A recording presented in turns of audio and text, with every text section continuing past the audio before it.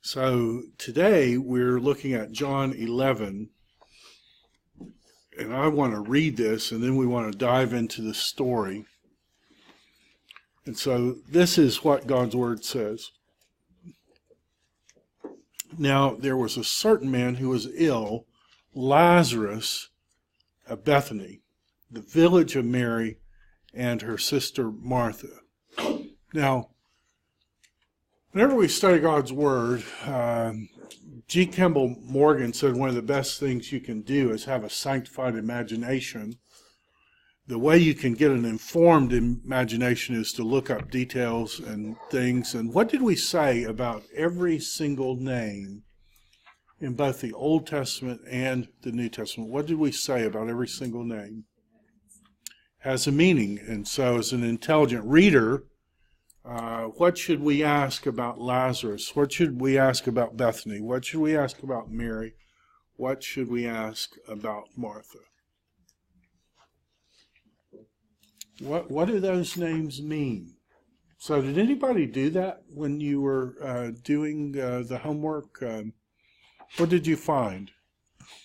What does Lazarus mean? Right, so this is just a standard, Hebrew name, Eliatzar, and you can hear how Lazarus is kind of a abbreviation of that, and that means God, El-Atzar, God helps. Here's a man who every time he heard his name called was reminded, God helps. God helps. God helps. God helps. God helps. God helps. He heard it every time his name was called. And yet, what happened when this sickness came on Lazarus? What did it seem like to Lazarus? Every time he heard his name called, he heard God helps. But then he got sicker and sicker and sicker. Sisters are praying. Relatives are beside themselves. What do we do? And then he died. Now, most of you are too young to have experienced a sickness like that. I imagine in a class this size, some have had physical challenges, but I imagine the vast majority of you have not. The day will come when you face a physical challenge, and it can be perplexing. It can be terrifying. One of the things I've struggled with my entire life, I imagine some of you struggle with it, is panic attacks. Anybody ever struggle with panic attacks? Used to not have them as badly as I have them sometimes now, but I do have them, and they're almost debilitating. Somebody told a story once. I'm not going to tell you this story because I don't want to give you what the story gave me, but I became terribly claustrophobic after that story, and anytime I get in tight space, I just feel my heart racing. I had an issue when I was a young parent where I had been spray painting with this industrial sprayer, and some of that stuff got in my lungs, and I got very sick. I got so sick, and we were a young family. I had just gotten out of graduate school and wasn't really making great money. We didn't have insurance, and long story short, I couldn't afford to go to a reputable doctor. I went to the best doctor I could afford, a physician's assistant. She didn't really know what she was doing. I got the wrong medicine. I got sick. I got so sick that this industrial coating that had got in my lungs, I began to choke on it. And one day I was laying in the bed. I was just sick as a dog, and I woke up, and I could not breathe at all. Completely, like, zero air. And let me tell you what happens when something like that happens in your life. Your body has this mechanism, fear, flight, fight.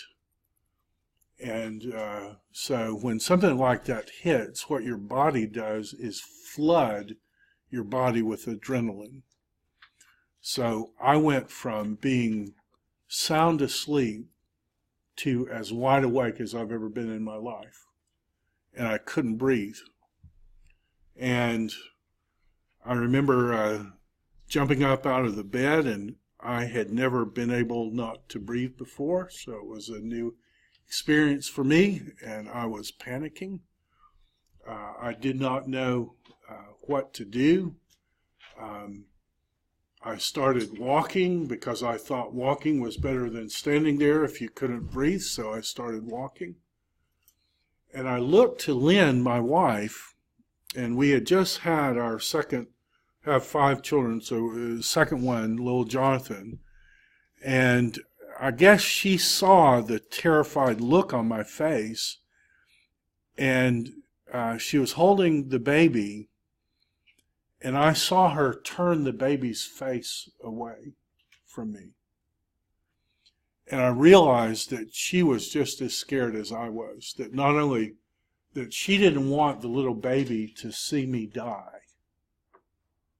Well, let me tell you, you're kind of in a circumstance like that. That's when it's totally real, because I thought maybe I'm just overreacting here, but I realized not only do I think I'm going to die, Lynn thinks I'm going to die. And she didn't want our little son to see me die, so she turned the baby away. So now I'm really panicking. And let me tell you, I had it. I had the medical breakthrough, in the clarity of that adrenaline-charged moment. I had the medical breakthrough that was going to solve. And you want to hear, some people's life flashes before their eyes. I had the medical breakthrough. And here it was. If you don't fall down, you can't die. I realized that when people fall down, they die. I was having this clarity of moment. If I could keep myself somehow from falling down, then that would avert death, because the only way you can die is if you're laying on the ground, and if somehow I could keep myself from falling over, I wouldn't die. Maybe that was my oxygen-deprived brain thinking, maybe not, but I assure you that I had that thought. And so I thought, how can I keep myself? I know that any second now that I'm going to pass out, and if I pass out and I can't breathe, I'm going to die. So how can I not fall down? And I looked, we were in an apartment, and I was moving at that point, and the bathroom door was open. And I reasoned that if I grabbed the top of the door, that I could keep myself from falling down. And that was a real thought. I know it sounds kind of stupid now, but I'm thinking, just don't hit the floor, because you won't die if you don't hit the floor. And so I grabbed the door and locked my fingers. And I guess when I did, the door hit my chest very hard. And when it did, the mucus or whatever that had clogged my throat opened. And it was about, if you had a straw, if you were breathing through a straw, that's about how I could breathe. So I could hear myself, the air just creeping through. That was all that was open in my throat, but I could breathe. And I felt like I was going to make it. But the problem with that was, from there on out, anytime I tried to go to sleep, I would have this flood of adrenaline, because that happened when I woke up and I was afraid to go to sleep. So now, not only do I have pneumonia, now I can't sleep. And every time I would try to go to sleep, this adrenaline flood would just come, and I would just wake up as awake as I could be until the adrenaline would go away. And that happened for years. Eventually I got the right drugs and the pneumonia was cured, but once you have pneumonia once, your lungs are sensitive. Mine are very sensitive now. If I feel myself getting bronchitis at all, those same terror attacks will come. And I struggled with those for years until God gave me some grace with that, and I realized that when Jesus died on the cross, he died of suffocation. That's what happens. Eventually you suffocate where you can't breathe. And I remember praying, God, if it's your will that I die by suffocation, I pray that suffocating death will be a means of grace where I'll understand Jesus' love for me better. And I can say that most of the panic attacks associated with that have gone away, but I still have them. I still have good days and bad days, and bad days can be very bad, but I can see a very similar thing with Lazarus. Here's a guy who knew, here's a guy who loved Jesus. His sister loved Jesus. Both his sisters loved Jesus. This is a guy whose very name meant God helps. And yet in the midst of that, he faced death and he died.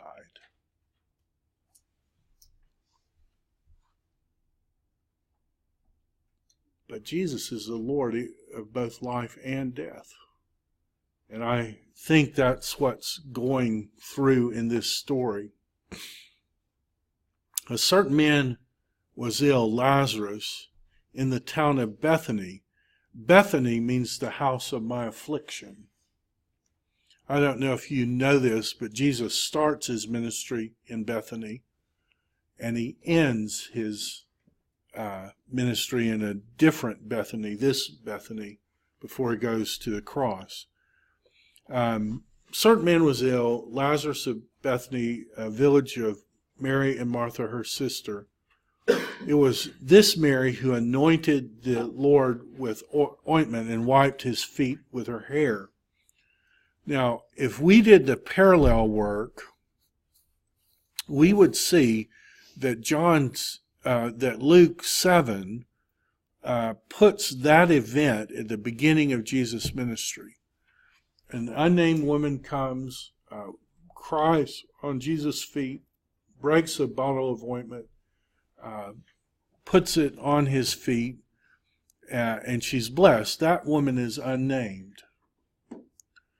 The other accounts tell us of a similar event done by Mary sometime this last week before Jesus died. And so people have wondered, is John contradicting Luke? John is putting this event later. We're going to see it's in John chapter 12. Luke puts it at the first call in Luke chapter 7.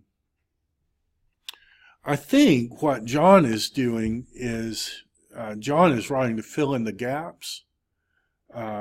John knows about that event in Luke 7. He kind of references it in John 21. John's saying, you know how Mary did this at the end of Jesus' ministry. Well, I want you to know this. She also did it at the beginning of Jesus' ministry. That this is an event, and that unnamed woman in Luke 7 is in fact Lazarus' sister. Now, just some background. What's interesting about that, and we're going to see this in John 12, when it talks about the ointment that she brings, and I just want to ask you a question. We're told that it's worth 300 denarii. Now, I want you to do some math with me. So, a denarius, one denarius,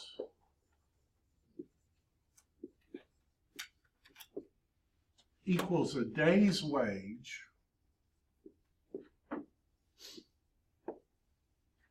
if you worked sun up till sundown. So suppose somebody wanted a ditch dug in their farm, and you went and you were digging that ditch when the sun went up, and you dug that ditch until the sun went down. How much would you expect to get paid for doing that? How much would you do it for? You're digging a ditch, sun up till sundown, all day long, shovel, pick, you're digging a ditch. How much would you expect to be paid for that 12-hour work? What would you think? What would you think, Becca? In today's wage. So if you were doing it today, and so you're going to dig a ditch, or you're going to harvest eggs from a hen house or something like that, and you're going to work all day long, how much would you expect to get paid?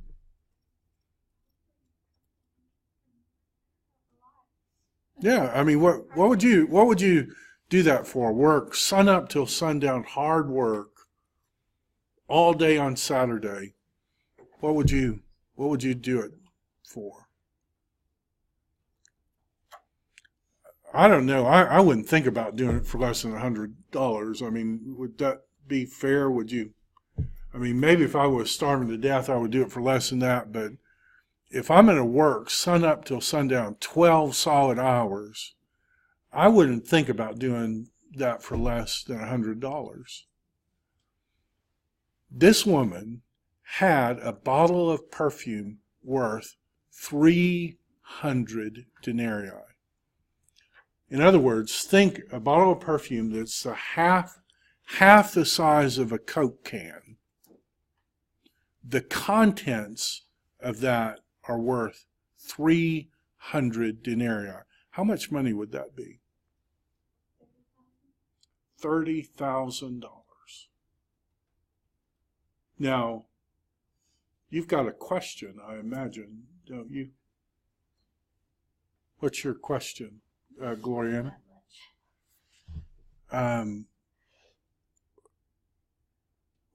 Why is it worth that much? That's one of my questions. Where did she get that much money as a woman? What in the world would you use perfume that was worth $30,000? And if John's right, she actually does it twice. Now I'm like totally confused, because her brother Lazarus in Luke, I think it's Luke 16, is held up as the principal poor person in life, right? Poor Lazarus, outside, he dies, and the guy says, oh, if he come back from the dead, and Abraham says, look, even if somebody comes back from the dead, your brothers won't believe. That's Lazarus. That's the only named parable in Jesus' teaching. This is the guy, and his sister has half a Coke can of perfume that's worth $30,000.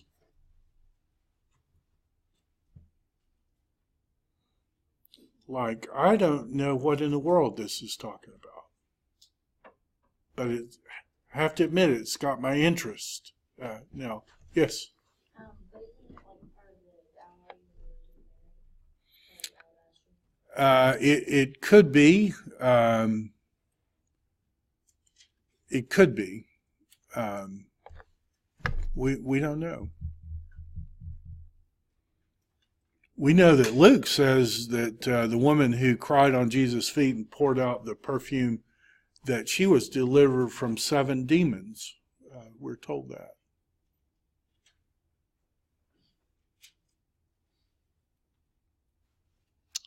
Let's keep reading. Mary was the woman who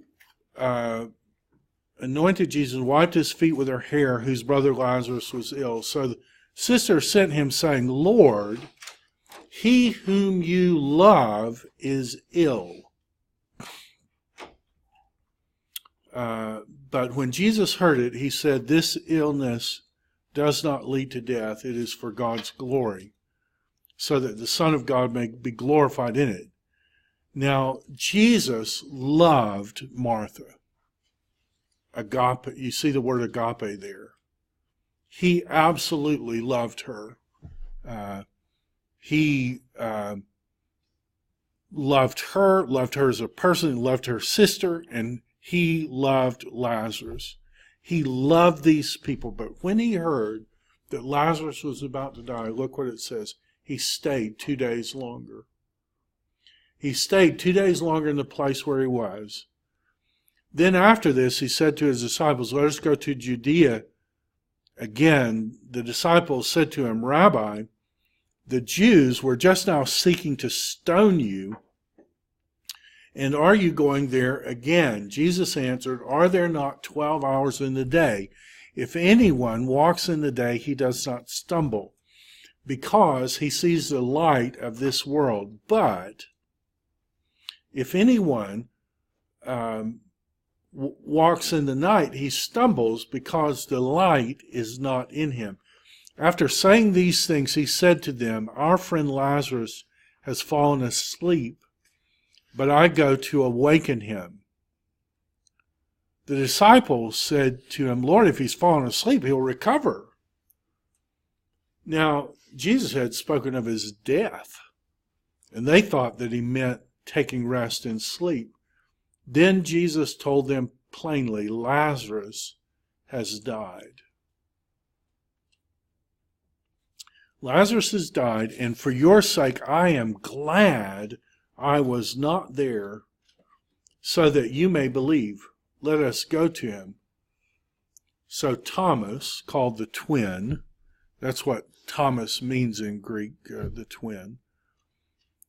So Thomas, called the twin, said to his fellow disciples, let's go also, that we can die with, gloomy Gus there, but they go.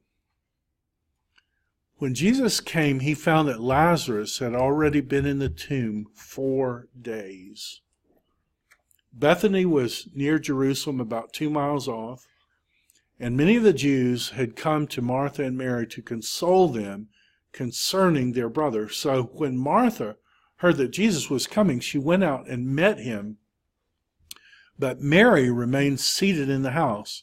Martha said to Jesus, Lord, if you had been here, my brother would not have died. But even now I know whatever you ask of God, God will give you. Is this almost faith against faith, like she knows that Jesus had raised other people from the dead, and maybe he would do it for her, but Lazarus has been dead 4 days, and is that too long? Maybe she's believing and struggling with unbelief. Jesus said to her, your brother will rise again. Martha said to him, I know that he will rise again in the resurrection on the last day. Jesus said to her, I am the resurrection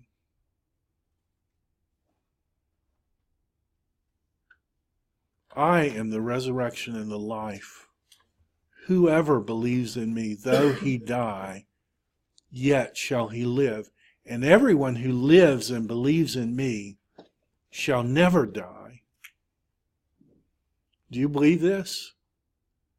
She said to him, yes, Lord, I believe that you are the Christ, the Son of God, who's coming into the world. When she had said this, she went and called her sister Mary, saying in private, the teacher is here and is calling for you. And when she heard it, she rose quickly and went to him. Now, Jesus had not yet come into the village, but was still in the place where Martha had met him. When the Jews who were with her in the house consoling her saw Mary rise quickly and go out, they followed her, supposing that she was going to the tomb to weep there. Now when Mary came to where Jesus was and saw him, she fell at his feet, saying to him, Lord, if you had been here, my brother would not have died. When Jesus saw her weeping, and the Jews who had come with her also weeping, he was deeply moved in his spirit and greatly troubled, and he said, where have you laid him? And they said, Lord, come and see. And Jesus wept. So the Jews said, see how he loved him. But some of them said, could not one who opened the eyes of the blind man, could he not also have kept this man from dying? Then Jesus, deeply moved again, came to the tomb. It was a cave, and a stone lay against it. And Jesus said, take away the stone. And the sister of the dead man said to him, Lord, by this time there will be a stench, for he has been dead for 4 days. Jesus said to her, did I not tell you that if you believed, you would see the glory of God? And so they took away the stone. Jesus lifted up his eyes and said, Father, I thank you that you have heard me. I knew that you always hear me, but I said this on account of the people standing around, that they may believe that you sent me. When he said these things, he cried out with a loud voice, Lazarus, come out. And the man who had died came out, his hands and feet bound with linen strips, his face wrapped with cloth. And he said to them, unbind him and let him go. We're going to stop reading there for just now. What do you think that story is about? Why did John, of all the miracles, there are 130 miracles mentioned in the Synoptic Gospels, only one of those is included in John. John's picking out other miracles. Why did John pick this miracle out? He calls the miracle signs. They point beyond themselves somehow. What do you think? Why does Jesus wait? Why does he let Lazarus die? Ben, I see you smiling. What do you think?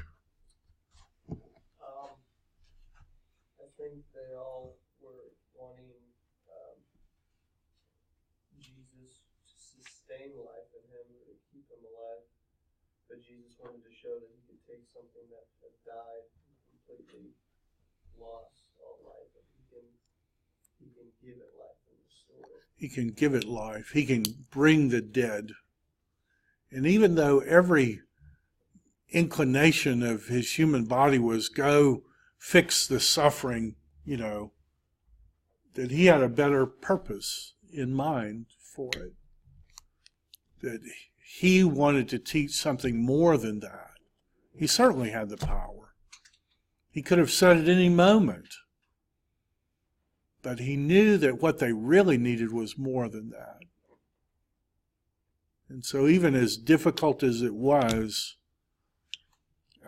to suffer, to then die, the sisters crying their eyes out, that Jesus allowed that to happen, knowing that there was something more that he wanted them to know. I'm with Paul. Paul said, I've got this thorn in the flesh. We don't know what it was. It was something bad. We know that Paul pleaded for God to take it away. And God in grace said to Paul, no, I'm not going to take it away. And it isn't because God's mean. It's because God had a higher purpose. I can't tell you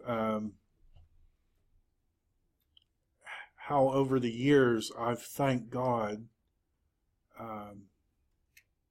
for those panic attacks that I have. And there are other issues too. The circumstances of my birth are really bad, and just the fact to be able to stand up and to have a smile on my face, you have no idea. God's grace, God overcoming.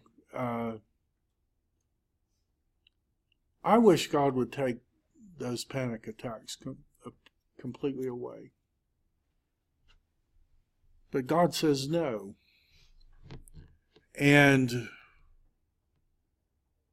I know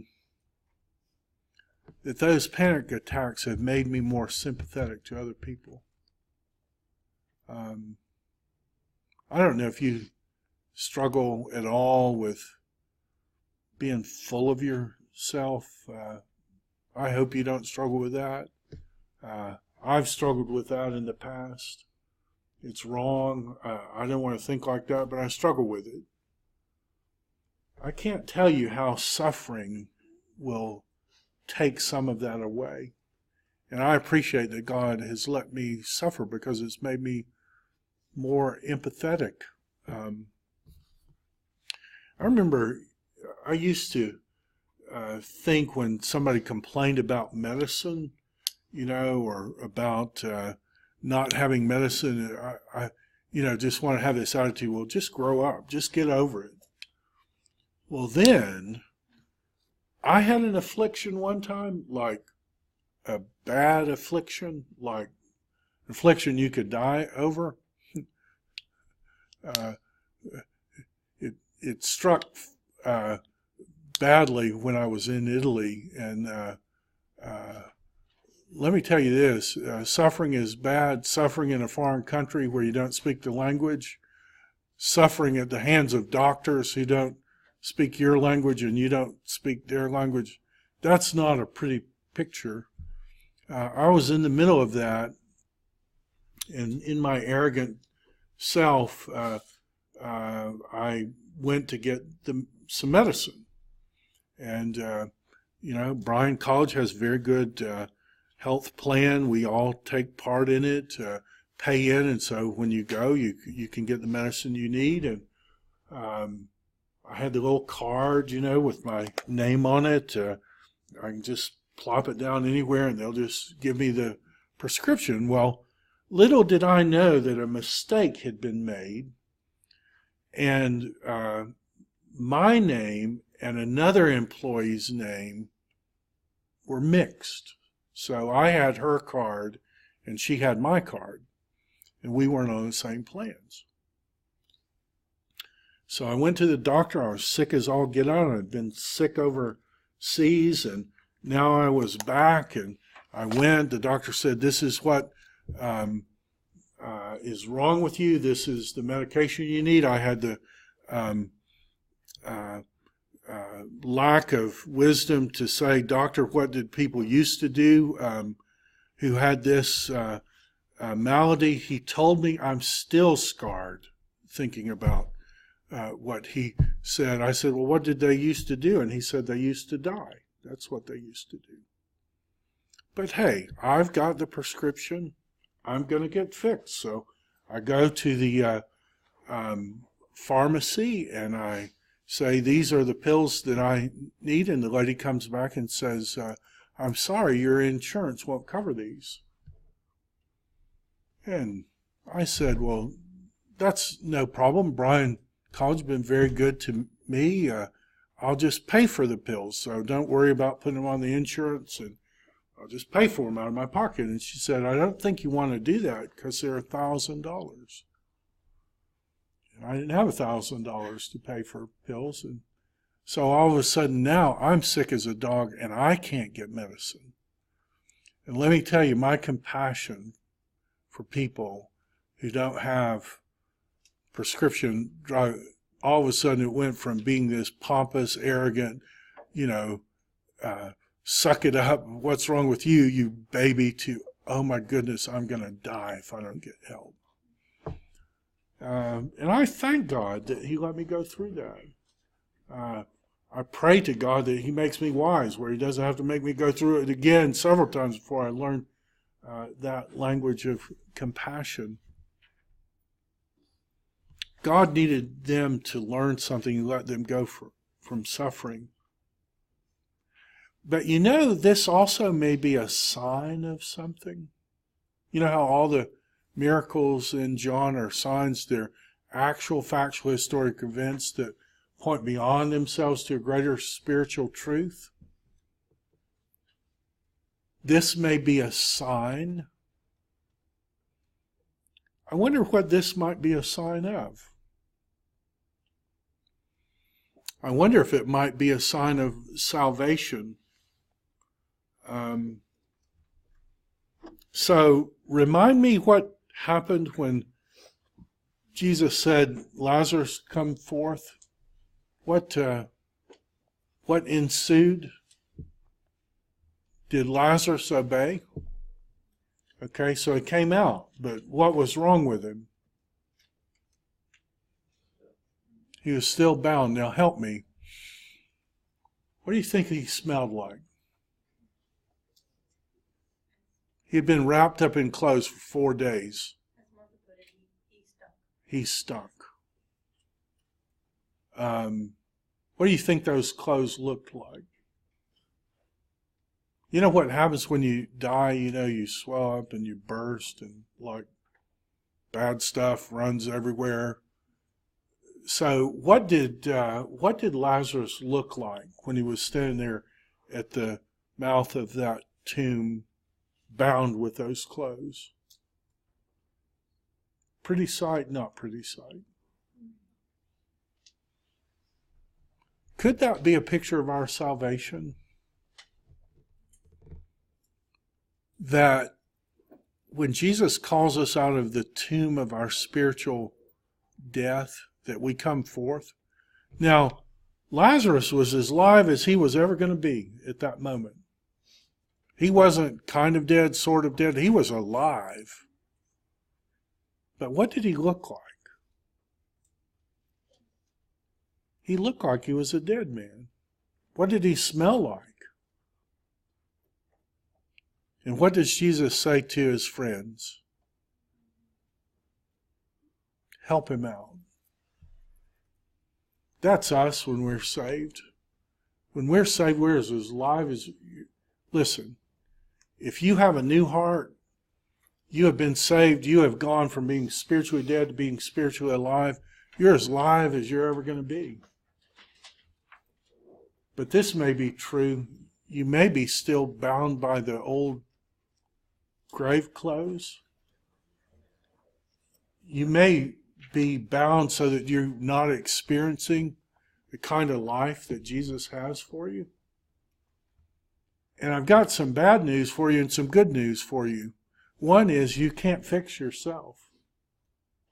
That's the bad news. The good news is Christian friends are here to help. Christian friends can help you out of your old grave clothes.